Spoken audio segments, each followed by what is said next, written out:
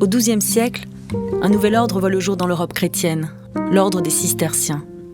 9 siècles plus tard, je vous emmène au cœur de ces abbayes à la découverte de ce patrimoine vivant. La fondation de l'abbaye de Cîteaux en Bourgogne en 1098 marque le début de l'ordre cistercien. À la faveur des relations diplomatiques de l'abbé Étienne Harding et de Bernard de Clairvaux, s'organise une fédération d'abbayes mères et d'abbayes filles. En 1115, l'abbaye de Clairvaux est fondée par un groupe de moines de Cîteaux, dont le futur Saint Bernard.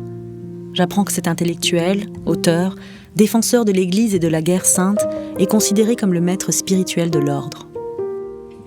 Non loin de Clairvaux, je découvre la commanderie templière d'Avaleur. Les Templiers aussi ont pu bénéficier du soutien et de l'autorité de Saint Bernard. Grâce aux généreux donateurs, l'abbaye de Clairvaux devient rapidement la plus prolifique. À la mort de Saint Bernard, elle compte pas moins de 169 abbayes filles, dont celle de Villers-en-Brabant ou celle de Santa Maria d'Alcobaça. Au total, plus de 350 abbayes ont été fondées à travers l'Europe et plus d'1 millier suivront. Un véritable réseau est né, doté d'une constitution, la charte de charité et d'unanimité.